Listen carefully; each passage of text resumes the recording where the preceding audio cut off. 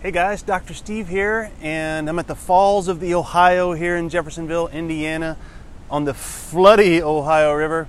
And I just wanted to go through the two main reasons I see. I've been in practice now for 20 years, and I see two main reasons for back pain. And we're going to show you some simple solutions for the two main causes, okay? Right to the point. Here's the deal. We are a sitting society. Here I am sitting, right? This is the number one reason I see for low back pain, and that is our body is conditioned to this. We drive, we computer, we do all of these things forward, okay? And what that means is all of this tissue in the front of our body starts to get shortened. A lot of times you'll hear it as a shortened psoas muscle or hip flexor muscle. And it's not about the muscle per se, it's about the whole sling of tissue. And here's why it matters. I'm going to stand up, I'm going to lose my head for a second. When you try to walk and you can't get through the front of your hips because you've conditioned your body to be tight in the front, you've conditioned your tissue to be tight in the front, then when you try to push through to walk, you're going to run into that block and you're not going to be able to fully express that motion. So therefore, whenever you step, you're going to hit that block, and then that tension has to go through your back. In order to walk, you're overusing your back muscles. Overloaded, overused low back muscles, tight, sore, usually hurts when you stand too long, kind of hurts in bed when you lay at night, and this is more, you can almost call this a stenosis type or a facet joint type of pain.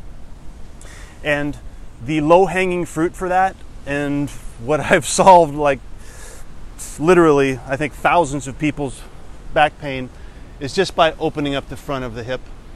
Please do this.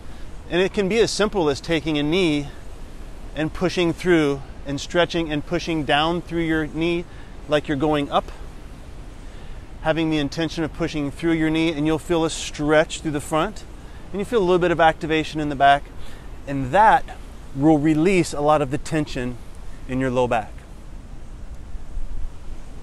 Very simple, okay? Again, this is the super duper low hanging fruit. The second one is if you tend to have pain when you bend forward. If you bend forward and it shoots pain, causes low back pain, and even starts, if that causes some sciatica, you may be more of a disc type of low back pain. Really common. If that's the case, in other words, it's called flexion intolerance. If you bend forward, I'm not going to do it because I recently injured my low back. If you bend forward and you let your back flex forward, and especially if you lift like that, then you're putting stress on your discs. The fix for that, again,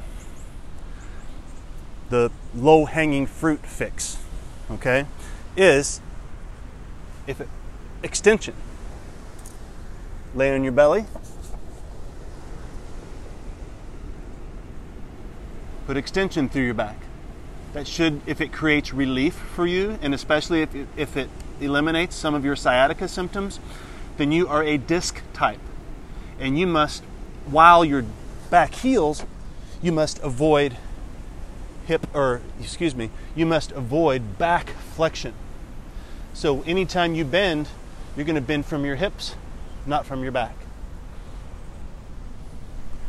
Those are the two biggest pieces of low-hanging fruit. There's lots more about low back pain. If you look on this page, I have a link to a free online workshop that I'm doing on the 5-step core wellness method to get rid of low back pain. I'm going to go through the 5 simple steps that I've used in my practice for 20 years, and we're going to go through all of the pieces, guys. We're going to take you through, we're going to take each one of the 5 steps and give you one big, huge, actionable strategy for each one of those 5 steps. And that link is underneath the text here. And hopefully you guys can make it. You guys use this.